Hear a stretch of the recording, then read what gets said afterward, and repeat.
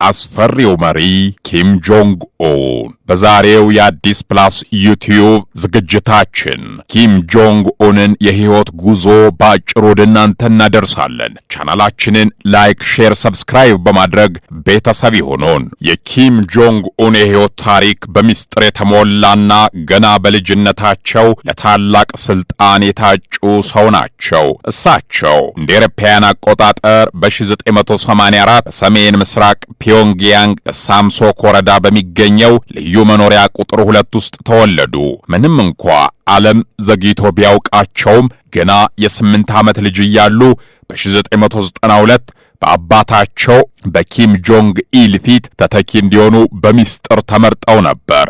በወቅቱ ኮቴ የተሰኘውና የእሳቸውን አመራር የሚያወድስ መዝሙር በቤተ መንግሥቱ ባለሥልጣናት ፊት ተዘምሮላቸዋል። አባታቸው ኪም ጆንግ ኢል እሳቸውን የመረጡበት ምክንያት ልጁ ልክ እኔን ስለሚመስልና ደፋር ስለሆነ ነው በሚል እምነት እንደነበረና ታላቅ ወንድማቸው ኪም ጆንግ ቾል ደግሞ በጣም የዋህ እንደነበሩ በቅርብ ዘመዶቻቸው ምስክርነት ተረጋግጧል። አብዛኛዎቹ የፓርቲው ከፍተኛ ባለሥልጣናት በ1995 አካባቢ ኪም ጆንግ ኡን ተተኪ እንደሚሆኑ አስቀድመው ያውቁ ነበር። ከ1993 እስከ 2000 ባለው ጊዜ ውስጥ ኪም ጆንግ ኡን በስዊዘርላንድ በርን ከተማ በትምህርት ቆይተዋል። በዚያም ፓክ ኡን በሚል የሐሰት ስም የኤምባሲ ሰራተኛ ልጅ ተመስለው ይኖሩ ነበር። በቆይታቸው ወቅት ለትምህርት ብዙም ትኩረት የማይሰጡና በፈተናዎች የማይሳካላቸው ቢሆንም ለቅርጫት ኳስና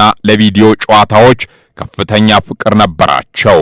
በተለይም የሚካኤል ጆርዳን አድናቂ በመሆን የቺካጎ ቡልስ ማሊያ በመልበስ በሜዳ ላይ ተሸናፊነትን የማይወዱ በጣም ተወዳዳሪ እንደነበሩ ይነገራል። በወቅቱ ሌሎች ልጆች የማይገዟቸውን እንደ ሶኒ ፕሌይስቴሽን ያሉ ዘመናዊ መጫወቻቸውንና የራሳቸው የግል ምግብ አብሳይ ነበራቸው። በሂሳብ ትምህርት ጎበዝ ቢሆኑም በእንግሊዝኛና በጀርመንኛ ቋንቋዎች እንዲሁም በሌሎች ትምህርቶች ደካማ ነበሩ።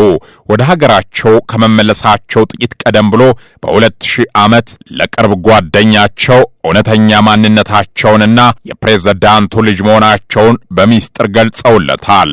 ወደ ሰሜን ኮሪያ ከተመለሱ በኋላ ከ2002 እስከ 2006 ባለው ጊዜ በኪም ሲል ሱንግ ወታደራዊ ዩኒቨርሲቲ ትምህርታቸውን ተከታትለዋል። እንደ አውሮፓውያን አቆጣጠር በ2010 የአራት ኮከብ ጄኔራልነት ማዕረግ ተሰጥቷቸው የአባታቸው ተተኪ መሆናቸው በይፋ ታወጀ።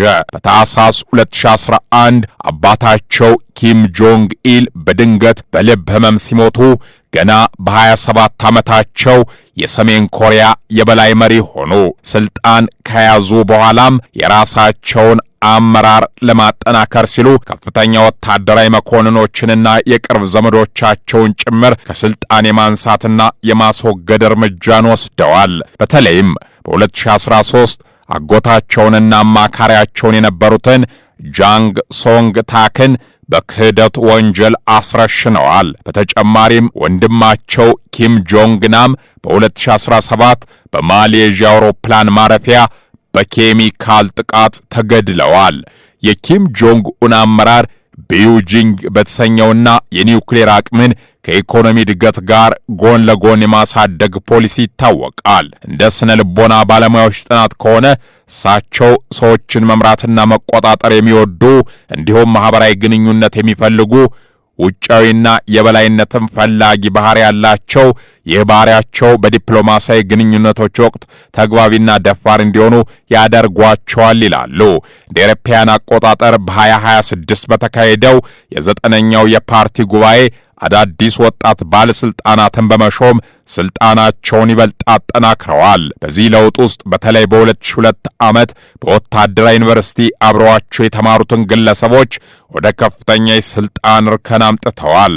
አሁን ባለው የ2026 የፖለቲካ ሁኔታ የ1950ዎቹና 60ዎቹ ትውልድ ስልጣኑን ለ1970ዎቹና 80ዎቹ ትውልድ እያስተላለፈ ይገኛል። በአሁኑ ወቅት ኪም ጆንግ ኡን ሰሜን ኮሪያን በጠንካራ የፓርቲ ቁጥጥርና በኒውክሌር ኃይል ላይ በተመሰረተ ስልታዊ አካሄድ እየመሩ ይገኛሉ።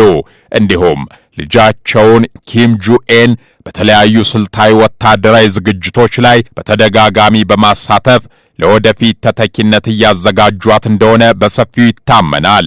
በየካቲት 2026 የደቡብ ኮሪያ መረጃ እንደጠቆመው ልጃቸው በተተኪነት የመታጨት ደረጃ ላይ ደርሳለች።